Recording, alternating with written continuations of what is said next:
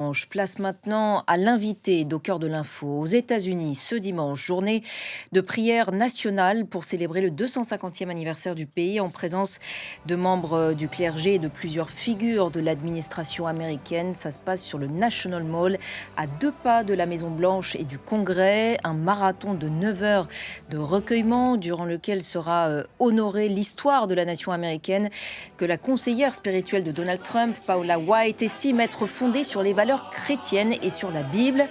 Lecture, vous le voyez, de textes religieux, allocution du secrétaire d'État américain Marco Rubio attendu sur place, ou encore du secrétaire à la défense Pete Hegseth, fanfare militaire. Bref, un événement à plusieurs millions de dollars censé inspirer un renouveau spirituel. On en parle donc avec notre invité ce soir, Jérôme Viala-Godefroy. Bonsoir. Bonsoir. Merci d'être avec nous sur France 24. Vous êtes docteur en civilisation américaine, spécialiste de la rhétorique présidentielle aux États-Unis, professeur à Sciences Po et auteur, entre autres, des mots de Trump aux éditions Dalloz. Merci encore d'avoir accepté notre invitation. Si les séances de prière collective telles qu'on les voit aujourd'hui encore sur le National Mall, on le sait, ont été introduites maintenant il y a une cinquantaine d'années, si je ne me trompe pas, par Jimmy Carter, qui en était friand. L'idée d'une nation sous l'égide de Dieu, c'est une invention de l'administration Trump. Alors, c'est plus que ça, puisque c'est cette idée d'origine purement chrétienne, donc en fait, de nationalisme chrétien. Et ça, c'est effectivement très nouveau de la part d'une administration. C'est d'ailleurs pas un terme que connaissent très bien les Américains. On le voit dans les sondages. C'est ça fait à peu près une dizaine d'années. Alors, ça fait longtemps que ça existe dans certains milieux évangéliques notamment, mais Donald Trump a vraiment mis ce mouvement en lumière et l'a incorporé d'ailleurs à son administration de façon assez évidente. En tout cas, ni la déclaration d'indépendance, ni la constitution américaine ne mentionnent Dieu. Non, alors il faut voir que d'ailleurs, c'est un pays en fait officiellement laïque. Il y a séparation des églises et de l'État.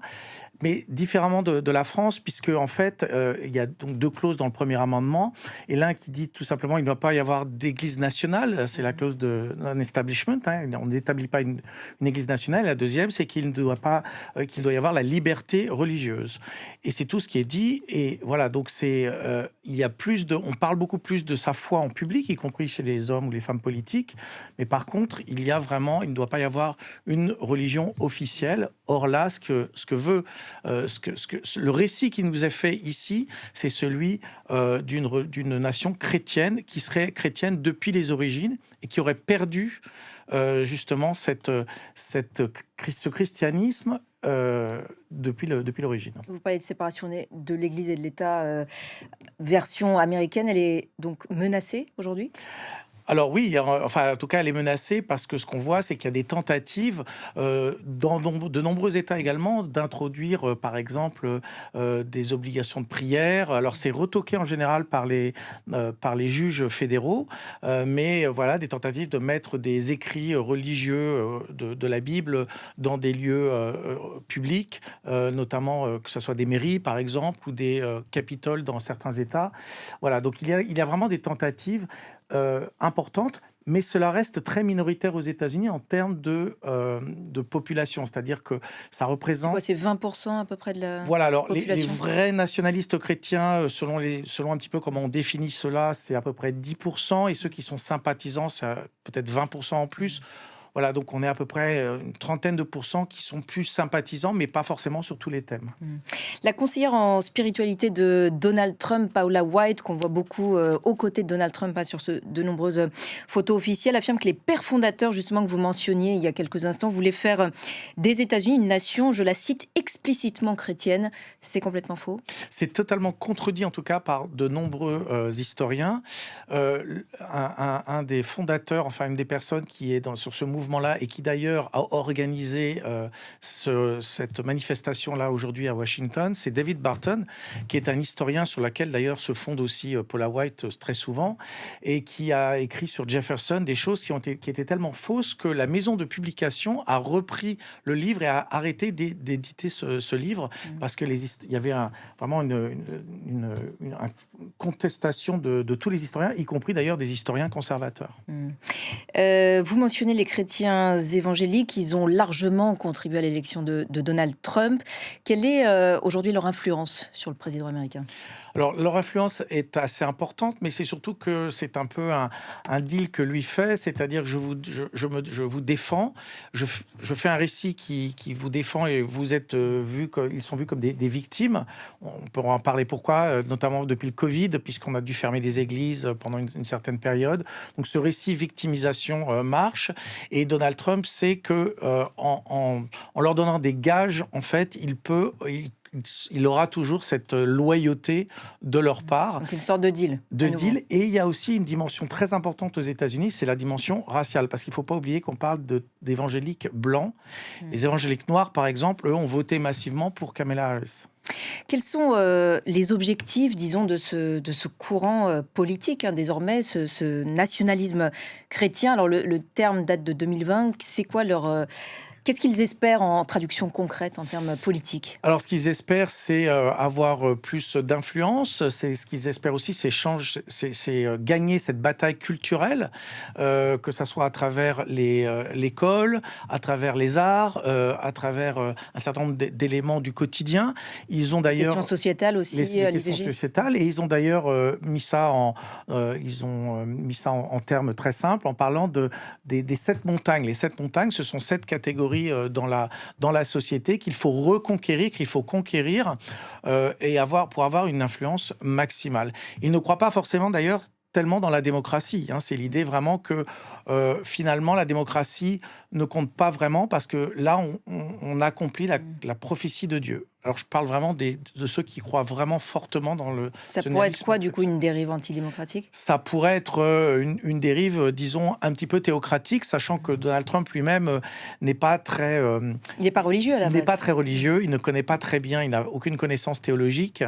Mais il s'est converti d'ailleurs en 2020 à ce qu'on appelle un mouvement non confessionnel, qui est en fait un mouvement évangélique.